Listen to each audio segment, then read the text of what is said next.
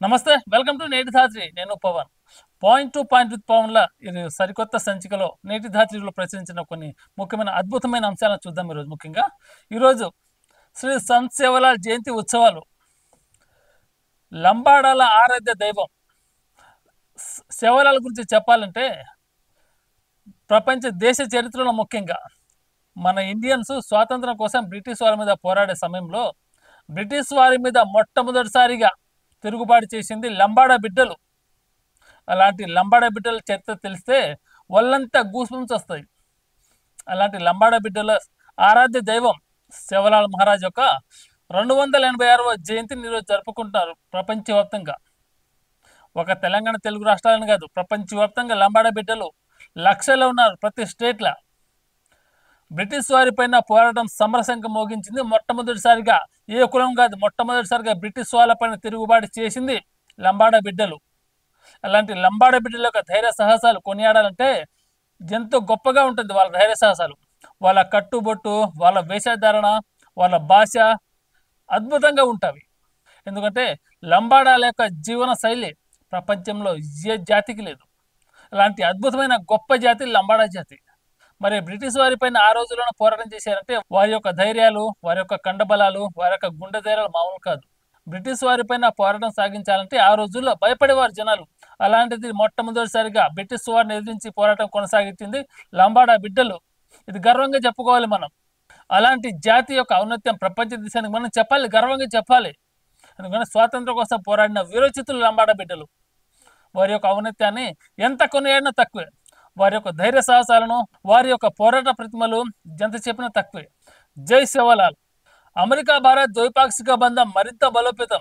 ఇరు దేశాల మధ్య కీలక ఒప్పందాలు. అమెరికా శాంతి చర్చలకు భారత్ మద్దతు. అక్రమ వలసదారుల సమస్య అన్ని దేశాలది. ట్రంప్తో భేటీ సందర్భంగా ప్రధాని మోదీ కీలక వ్యాఖ్యలు చేశారు. ఇప్పుడు అమెరికాలో డాలర్ల సంపాదన కోసం ఇండియన్సే కాదు, ప్రతి దేశం వాళ్ళు కూడా అమెరికా మీద పడి ఎగబడి సంపాదించుకుంటున్నారు డాలర్ కావసాన్ని. ఎందుకంటే డబ్బే ప్రాణం. డబ్బు ఉంటే బతకగలుగుతాం. అడ్డమైన పనులు చేస్తాం, అక్కడికి వెళ్ళి చాకరీ చేస్తాం.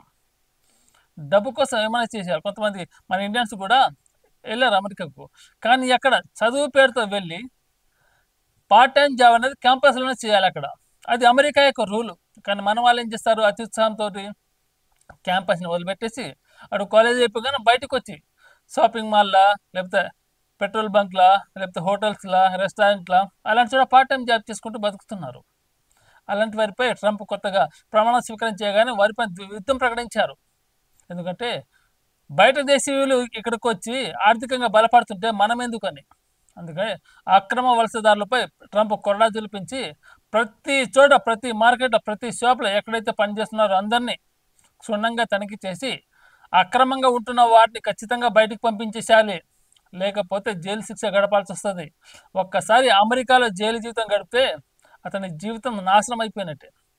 దయచేసి ఎక్కడున్నా కానీ బతకండి, వేరే దేశాలకు వచ్చి బతకండి, మీ సొంత ఊళ్ళోనే బతకండి. కానీ డాలర్ల కోసం అక్కడికి వెళ్ళి మీ ప్రాణాలను తృణపాయంగా వదిలేకోవద్దు.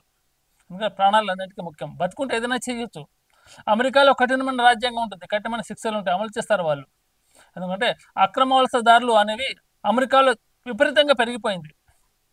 అక్కడ ఉంటున్న వారు ఎవరైనా సరే చదువు కోసం వెళ్తే చదువు ముగించుకొని పార్ట్ టైం క్యాంపస్లోనే చేయండి. అది అయిపోగానే ఇండియాకు వచ్చేయండి. ఇక్కడ ఒక బిజినెస్ కానీ, ఇక్కడ ఒక బిజినెస్ వ్యాపారం లాంటివి, లేకపోతే ఏదైనా కంపెనీ పెట్టి స్టార్ట్అప్ చేయండి. అక్కడే ఉంటే మీ జీవితాలు ఆగమవుతాయి. అసలే ట్రంప్ మామ చాలా దూకడుగా ఉన్నాడు. ఎందుకంటే సుంకాలపై వెనక్కి తగ్గలేదు. మీ చర్చలకు మా ప్రతి చర్యలు ఉంటాయి. మీరు తగ్గిస్తే ఆ మేరకు మేము తగ్గుతాం. ఎప్పుడైతే ట్రంప్ మామ అడుగుపెట్టిండో అమెరికా యొక్క డాలరు మరింత పెరిగే అవకాశాలు ఉంది. ఎందుకంటే మీరు 100 వేస్తే మా పైన సుంకం మేము కూడా 100 వేస్తాం. మీరు 50 వేస్తే మేము కూడా 50 వేస్తాం. ఎవరికి తలవగనంటాడు ట్రంప్ మామ. అలాంటి నెక్స్ట్ అయితే నాపై తప్పుడు ప్రచారం చేయొద్దు. మీడియా మిత్రులకు మనవి. ఎటువంటి ఆధారాలు లేకుండా అభూతం కల్పనతో కథనాలు ప్రసారం చేయొద్దు. ఇక బీఆర్ఎస్ ఎమ్మెల్సీ పోచంపల్లి శ్రీనివాసరెడ్డిపై అక్కడ ఉంటే మొయినాబాద్లో వ్యవసాయ క్షేత్రంలో రకరకాల వార్తలు వస్తున్నాయి. అక్కడ వ్యవసాయ క్షేత్రంలో అక్కడ ఫామ్ హౌస్లో విలాసంగా భవనం కట్టుకున్నాడు, విలాసాలకు అడ్డగా మార్చుకున్నారని వేరే పార్టీ నేతలు, వేరే పార్టీ కార్యకర్తలు పోచంపల్లిపై దుష్ప్రభావం చేస్తున్నారు. అక్కడ నిజ నిజాలేంటో తెలియదు, కానీ దుష్ప్రభావం మాత్రం చేయడం లేరు. ఎందుకంటే తప్పు కదా. ఎందుకంటే ఉద్యమకారుడిగా పోచంపల్లి శ్రీనివాస్కి మంచి పేరుంది.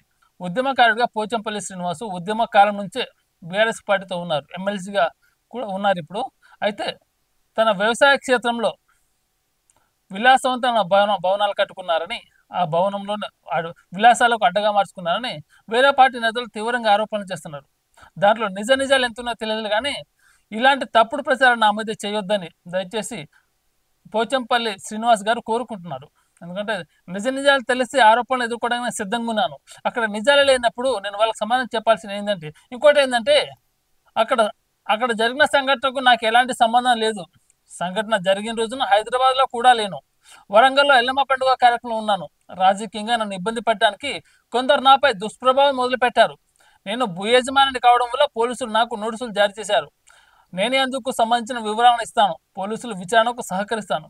మరింత కరాఖండికి చెప్పిన తర్వాత ఇప్పుడు ఈ అధికార పక్షం కానీ వేరే పార్టీ చెందిన నాయకులు కానీ ఉద్యమకారుడిగా ఎవరైనా కనబడితే ఖచ్చితంగా వారిపైన అక్కడ ఒక మనిషికి జనబలం ఉంటే, ప్రాధాన్యత ఉంటే ఖచ్చితంగా విమర్శనలు ఆటోమేటిక్గా వస్తూనే ఉంటాయి. పోలీసులకు పోచంపల్లి శ్రీనివాస్ గారు వివరణ ఇస్తా అంటున్నారు. అక్కడ జరిగింది ఏంటిది వివరణ ఇస్తున్నట్టు. దయచేసి తప్పుడు ప్రచారాలు మానుకోండి ఇప్పటికైనా. ఎందుకంటే ఆయన స్వయంగా చెప్తున్నారు కదా, ఆ రోజున సంఘటన స్థలంలో లేనని. అక్కడ జరిగిన తెలియదు, నిజ నిరూపణ జరగలేదు, అక్కడ ఏం జరిగిందో తెలియదు. కానీ దుష్ప్రభావం చేయడం కరెక్ట్ కాదు. పోచంపల్లి శ్రీనివాస్ గారు పోలీసులకు సహకరించి విచారణ కూడా చేపడతానని హామీ ఇస్తున్నారు. విచారణ కూడా హాజరవుతానని. అలాంటి వారిపై దుష్ప్రభావం మానుకోండి ఇకనైనా. పత్తి కొనుగోలులో 1000 కోట్లు కుంభకోణం. రేవంత్ రెడ్డి ప్రభుత్వంలో పత్తి రైతుల నిలువు దోపిడీ. ఇక్కడ మన తెలుగు స్టేట్స్లో కాదు, ముఖ్యంగా ఇండియాలో ఎక్కడ చూసినా, ఏ మార్కెట్లో చూసినా దళారులు సొమ్మును దండుకుంటున్నారు. కష్టపడి పండించిన రైతుకు మాత్రం మిగిలేది చెమట కన్నీళ్లు మాత్రమే. మధ్యతరగతి వాళ్ళు ఒక్కసారి మిల్లులోకి వెళ్తే అడ్డమైన రేటు పలుకుతున్నారు. కష్టపడ్డ సొమ్ముకు ప్రతిఫలం ఎక్కడ దొరుకుతుంది? రైతు 6 కాలం పండించే పంటను కష్టానికి తగ్గ ప్రతిఫలం రేటు వస్తేనే కదా రైతు ఆనందంగా ఉండేది. కానీ ఒక్కసారి మార్కెట్కి వెళ్తే, ఫ్యాక్టరీకి వెళ్తే వాళ్ళకి ఇష్టం వచ్చిన రేట్లు కడుతున్నారు. చూడండి, పత్తి కొనుగోలులో 1000 కోట్ల కుంభకోణం. మరి దళారులను అరెస్ట్ చేయకుండా, అలాంటి వారిని జైలుకు తరలించకుండా ఎందుకు ప్రభుత్వాలు ఉన్నాయి? పేదవాళ్ళని కాపాడాలి కదా.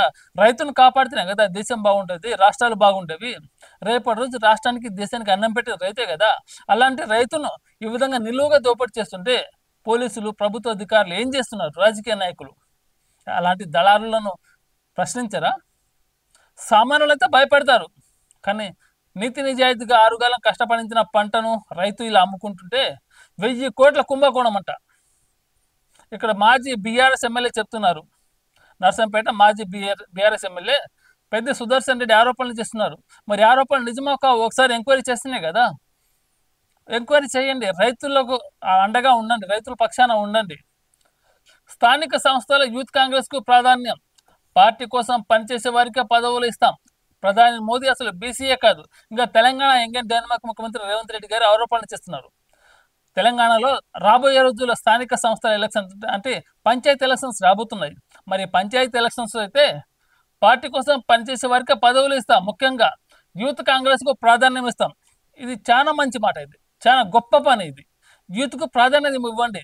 సర్పంచ్గా వాళ్ళకు అవకాశం కల్పించండి. రాజకీయ ఓనమాలు నేర్పించండి. గ్రామీణ స్థాయిలో పార్టీ బలంగా ఉంటేనే రాష్ట్ర స్థాయిలో, జాతీయ స్థాయిలో బాగుంటాయి. ఇక్కడ గ్రామీణ స్థాయిలో నాయకుడు బాగుండాలి. సర్పంచ్ వాళ్ళు గట్టుకుంటే సర్పంచ్ కార్యకర్తలు, ఆ తర్వాత జెడ్పీటీసీ, ఎంపీటీసీ, తర్వాత ఎమ్మెల్యే, ఎంపీ, అలా స్టేట్ వైజ్గా ఇంప్రూవ్ అవుతుంది పార్టీ. అందుకే రాబోయే స్థానిక సంస్థల ఎన్నికల్లో యూత్కు ప్రాధాన్యం ఇవ్వండి. యువతకు అవకాశాలు ఇవ్వండి. మీ పార్టీ తరఫున యువతను పెట్టి పోటీ చేయించండి, గెలిపియండి. ఊరు బాగుంటుంది, రాష్ట్రం కూడా పచ్చగా ఉంటుంది. అలాంటి పంచాయతీ ఎన్నికల్లో యూత్కు ప్రాధాన్యం కల్పిస్తే ఎవరైనా ముందుకు వస్తారు. మేము యూత్కు సపోర్ట్ చేస్తాం. ఇప్పుడు 60-70 ముసలోడికి ఇస్తే ఏం చేస్తాడు ఆయన? రాజకీయం సర్పంచ్గా గెలిచి ఏం చేస్తాడు? రాజకీయంగా లబ్ధి పొందడం తప్ప ఊరికి, ఆ ఊరి యొక్క యువతకు, అక్కడ ఉన్న సిటిజన్స్కి ఏం చేస్తాడు?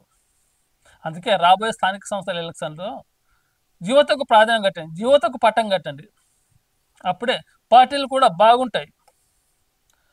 బీసీ విద్యార్థుల డైట్ బకాయిలు చెల్లించండి.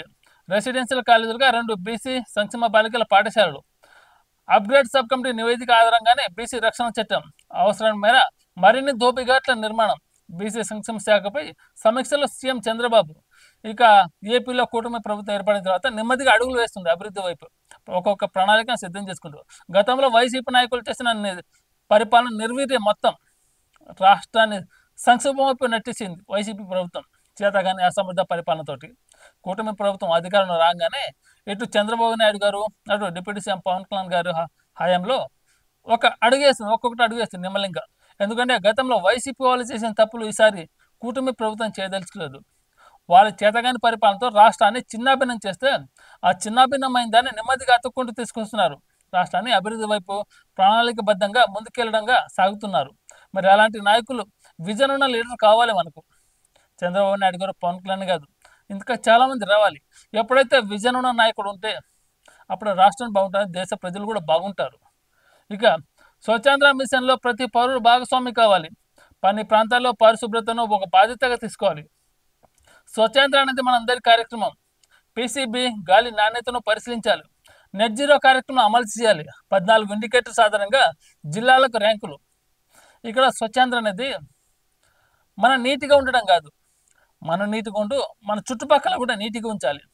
ఒక వ్యక్తికి బాధ్యత కన్నా సామాజిక బాధ్యత చాలా అవసరం.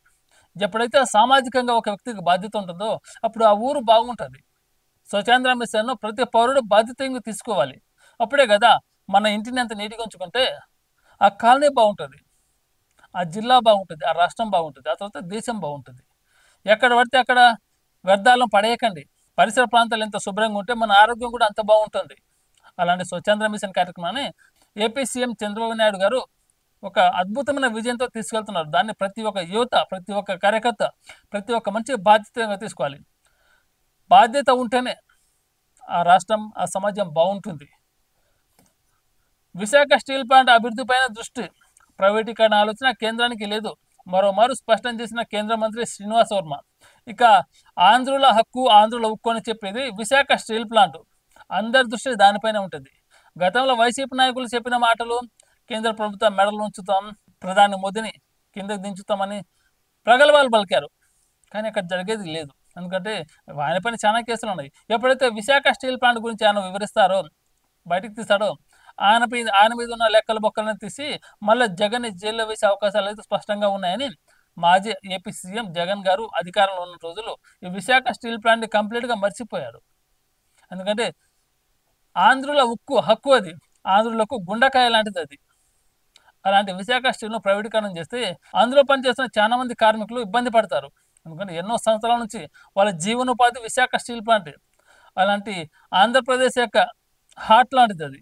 అలాంటి దాన్ని ప్రైవేటీకరణ చేస్తే చాలా మంది కార్మికుల జీవితాలు చిన్నాభిన్నం అయిపోతాయి. ఎందుకంటే ఇప్పటికే విశాఖ స్టీల్ ప్లాంట్ను ప్రైవేటీకరణ చేసేది లేదని కేంద్ర మంత్రి శ్రీనివాస్ వర్మ మరోసారి స్పష్టంగా చెప్పేశారు. ఎందుకంటే కూటమి ప్రభుత్వం కదా ఉన్నది. రాష్ట్ర స్థాయిలో నాయకులు బాగుంటేనే జాతీయ స్థాయి సపోర్ట్ ఉంటుంది రాష్ట్రానికి. అలాంటి విజన్ ఉన్న నాయకులు ఆంధ్రప్రదేశ్కి ఉన్నారు. అందుకనే విశాఖ స్టీల్ ప్లాంట్ ఇప్పటికే ప్రైవేటీకరణ కాదు. ఎందుకంటే ఇప్పుడెప్పుడే అడుగులు వేస్తుంది అభివృద్ధి వైపుగా. ఆ అభివృద్ధిని అడ్డుకోలేమని కేంద్ర మంత్రి శ్రీనివాస్ వర్మ గారు స్పష్టం చేశారు.